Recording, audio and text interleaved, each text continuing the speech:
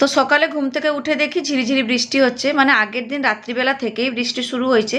সে যাই হোক, সকালবেলা ঘুম থেকে উঠেই ফ্রেশ হয়ে চলে গেছিলাম একটুখানি বাজারে। তো বাজারে গিয়ে দেখি মানে পুকুরে জ্যান্ত মোরলা মাছ উঠেছে, আর একটুখানি বৃষ্টি হলেই না খুব সুন্দর মাছ কিন্তু আমাদের এই বাজারে ওঠে। আর আমার না বড় মাছ থেকে ছোট মাছ খেতে কিন্তু ভীষণ ভালো লাগে। তো বাজারে যদি দেখতে পাই কোনো ছোট মাছ উঠছে তাহলে আমি সঙ্গে সঙ্গে নিয়ে চলে আসি। সে যাই হোক, বাজার থেকে মাছগুলো নিয়ে এসে কেটে ধুয়ে পরিষ্কার করে ফ্রিজে তুলে রেখে দিয়েছিলাম। তারপরে এই পাতুরি রান্নার জন্য যা যা লাগবে আমার তার জন্য সব কিছু গুছিয়ে নিয়েছিলাম। তো যাই হোক, আজকে এই মোরলা মাছের পাতুরিটা একটুখানি আলু দিয়ে বানাবো।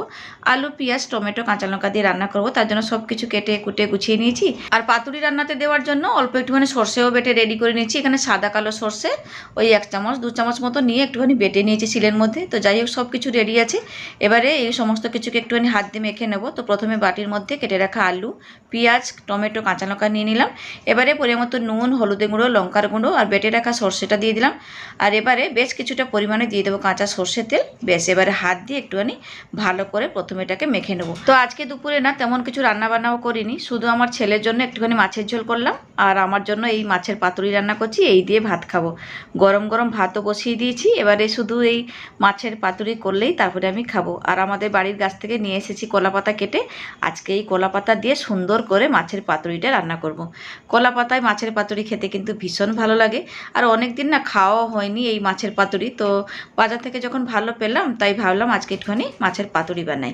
তো আপনাদের সাথে কথা বলতে বলতে আমি এই দিয়ে কিন্তু মাছটাকে ম্যারিনেট করে রেখে দিয়েছি। চলুন এবারে পাতুরি রান্না করব। তার জন্য নিয়ে নিয়েছি একটা ফ্রাই প্যান। আর ফ্রাই প্যানের মধ্যে দিয়ে দিলাম 3টে কলা পাতা। 3টেই দিলাম, নিচের দিকটা একটুখানি মোটা করেই দিলাম।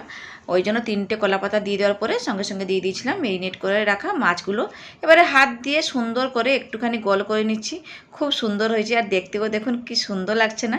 তো এবারে এখন আমি দিয়ে দেবো এর উপরে ওই 2টো কাঁচা লঙ্কা চিড়ে একটুখানি দিয়ে দিলাম, সাজিয়ে দিয়েছি। এবারে দেব অল্প কিছুটা পরিমাণে কাঁচা সর্ষের তেল। বেশ, দিয়ে দেওয়ার পরে এখন আমি চাপা দিয়ে দিলাম কলা পাতা। এবারে দিয়ে দেবো ঢাকা। ঢাকা দিয়ে এটা কিন্তু মিডিয়াম ফ্লেমে রান্না করে নেব। তো কলা পাতায় এই মোরলা মাছের পাতুরিটা রান্না করতে মোটামুটি আমার আধ ঘন্টার থেকে বেশি সময় লেগেছে, কারণ 2 পিঠ একটুখানি উল্টে পাল্টে লাল করে ভেজে নেওয়া অবধি একটুখানি রান্না করে নিচ্ছিলাম। তো যাই হোক, দেখুন, দেখেই বুঝতে পারছেন কতটা সুন্দর হয়েছে কলা পাতায় মোরলা মাছের পাতুরি। জাস্ট ফাটাফাটি হয়েছিল।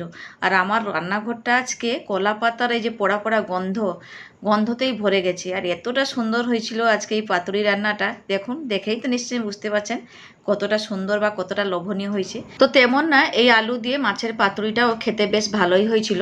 মানে কলা পাতার যে একটা পোড়া গন্ধ সে কিন্তু পুরো মাছের মধ্যে চলে এসেছিল। আর এত সুন্দর খেতে হয়েছিল কি বলবো, সেটা কিন্তু মুখে বলে বোঝানো যাবে না একদম। তো যাই হোক, আমি থালার মধ্যে গরম গরম ভাত নিয়ে নিয়েছি। এবারে এই গরম গরম মানে আলু দিয়ে মোরলা মাছের পাতুরি, তার সাথে একটা কাঁচা লঙ্কা, ব্যাস আর কি চাই? আর কিচ্ছু লাগবে না, কোনো মাছের ঝোল কি তরকারি পাতি কিচ্ছু লাগবে না। এই দিয়ে কিন্তু পুরো ভাতটাই খাওয়া হয়ে যাবে। তো এতটাই খেতে ভালো হয়েছিল, মানে অসম্ভব টেস্টি হয়েছিল। তো যাই হোক বন্ধুরা, থাকলাম আজকের মতো, টাটা।